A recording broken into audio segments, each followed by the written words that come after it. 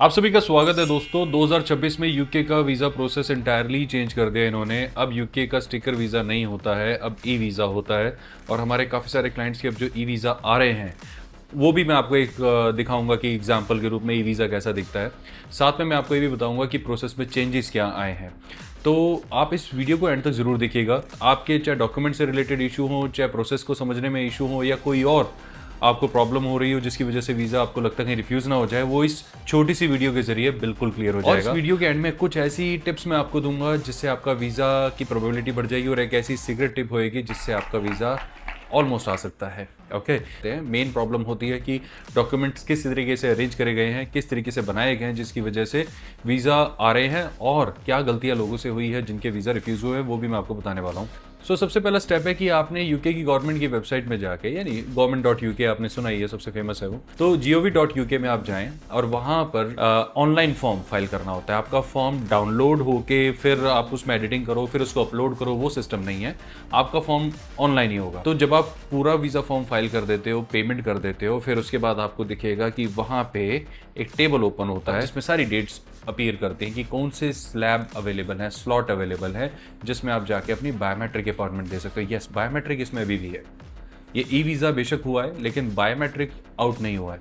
फिर आप बायोमेट्रिक वाली डेट स्लॉट बुक करते हो, और जो अभी डॉक्यूमेंट्स मैं आपको बताने वाला हूँ वो डॉक्यूमेंट्स जाके वहाँ सबमिट कर देते हो, और उसके बाद आपका वीज़ा आ जाता है। सिंपल, ईमेल पे आता है।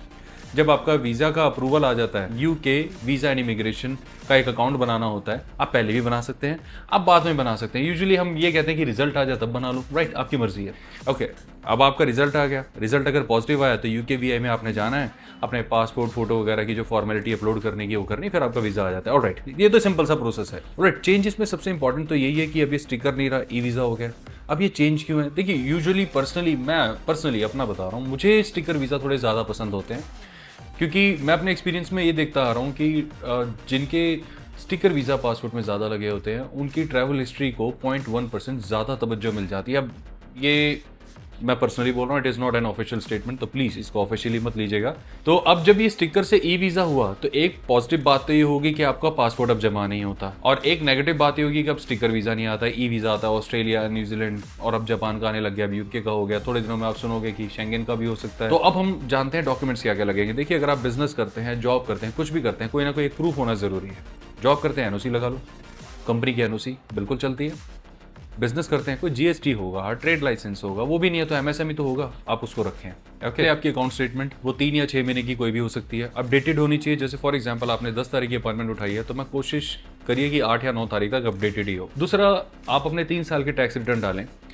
मैं आपको रिकमेंड करूंगा कि टैक्स रिटर्न में आप कंप्यूटेशन भी ऐड करें। थर्ड, अगर आप किसी के साथ जा रहे हैं या आप किसी की स्पॉन्सरशिप पे जा रहे हैं या कोई आपको इनवाइट कर रहा है तो उनके पेपर भी आप साथ में लगाएं। That is very very important. आपको इनवाइट कर रहा है, आप उसी के बारे में सिर्फ एक लाइन में लिख देंगे, बात नहीं बनेगी। कोई स्पॉन्सर कर रहा है, उसके बारे में एक लाइन में लिख देंगे, बात नहीं बनेगी। जो इनवाइट कर रहा है, जो स्पॉन्सर कर रहा है, उनका स्पॉन्सरशिप इन्विटेशन लेटर उनकी अकाउंट स्टेटमेंट तक लगती है, तभी तो वो स्पॉन्सर करने लायक होते हैं। वो देखा जाता है ना कि वो स्पॉन्सर कर सकते हैं, नहीं कर सकते। आपकी फैमिली मेम्बर्स जो हैं, जो होम टाइज को स्ट्रॉन्ग करने में हेल्प करता है, फैमिली की डिटेल्स भी यहाँ पर दीजिए। अच्छा है, आप मैरिड हैं, आप छुपा क्यों रहे हैं? बीवी बच्चों के बारे में बताएं। अगर आप अपने हस्बैंड या अपने बच्चों के बारे में बताएं।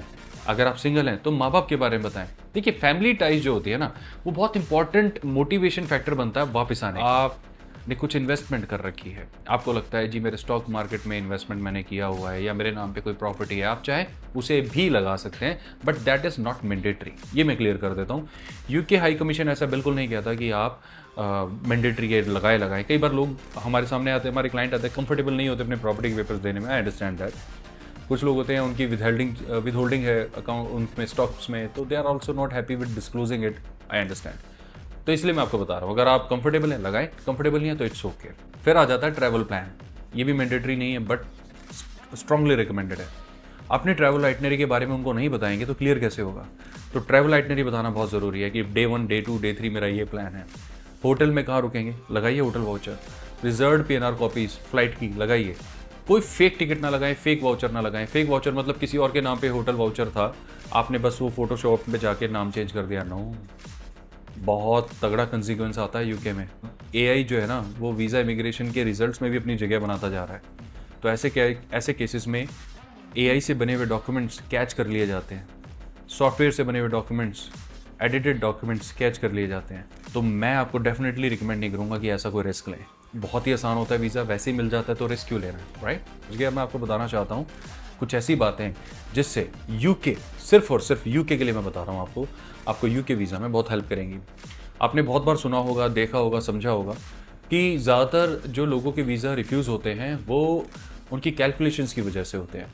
यानी यूके बहुत सीरियसली लेता है कि आपके अकाउंट में क्या बैलेंस है, आपने क्या डिक्लेयर करा है, आपकी इनकम कितनी है, आप टैक्स कितना फाइल कर रहे हो, आपकी सेविंग क्या है, आप कितना खर्चा करने वाले हो। यूके कुछ ज़्यादा ही अकाउंट्स को सीरियस लेता है, इसलिए आपने देखा होगा लोगों के रिफ्यूज़ल में अकाउंट्स की बातें हमेशा मिलेंगी। अकाउंट स्टेटमेंट साफ़ सुथरी रखें।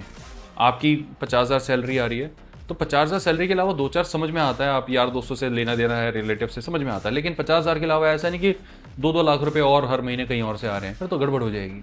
ओके, साथ में अगर आप बिज़नेस करते हैं और बिज़नेस में आपके आपने दिखाया कि भी मेरा बिज़नेस जो है बिल्कुल अभी के अभी मैंने रजिस्टर करवाया है, एकदम लेटेस्ट रजिस्टर्ड है, 1 महीना पहले का, तो भी वीज़ा आने के चांसेस बहुत कम ऑटोमेटिकली हो जाएंगे अगर आपकी ट्रैवल हिस्ट्री नहीं है तो। रिफ्यूज़ल आ जाएगा। तो ऐसे केसेस में ये लोग गलती करते हैं, नया नया बिजनेस रजिस्टर करा के उसके पेपर लगा देते हैं, चलो जी बिजनेस हो गया, अब हमें वीज़ा मिल जाएगा। नो, तो आप कोई भी नया डॉक्यूमेंट रजिस्ट्रेशन का, बिजनेस का ना लगाएं जिससे आपका केस वीक हो जाए। अकाउंट से छेड़छाड़, ये मैंने बहुत बार बताया है और ट्रस्ट मी, अभी भी हम डेली बेसिस पे हमारे पास केसेस आते हैं जिसमें लोग बताते हैं जी हमने लगाया था, रिफ्यूज़ल आ गया, हमने उस कंट्री का लगाया था, हमने वहाँ लगाया था। तो जब मैं उनकी फाइल देखता हूँ, दिखाइए आपने क्या लगाया, तो सबसे ज़्यादा कॉमन जो प्रॉब्लम हम लोग पकड़ते हैं वो यही है, अकाउंट से छेड़छाड़। यानी अकाउंट में 1.5 लाख बैलेंस चल रहा है, 2 लाख बैलेंस चल रहा है, वीज़ा से जस्ट पहले 2 लाख रुपए और डाल दिए। 3 लाख बैलेंस चल रहा है, वीज़ा से जस्ट पहले 3 लाख रुपए और डाल दिए। और फिर उसको जस्टिफाई करते हैं, नहीं जी मेरी तो पॉलिसी मैच्योर हो गई थी, मैंने तो FD विड्रॉ करा लिया था। वीज़ा से रिजल्ट से पहले बिल्कुल ना छेड़ें, ऑलराइट। नेक्स्ट पॉइंट है जिसमें सबसे ज़्यादा लोगों के रिफ्यूज़ल आते हैं, उनकी ITR। अब आप सोच रहे हैं ITR में क्या है, बहुत कुछ है ITR।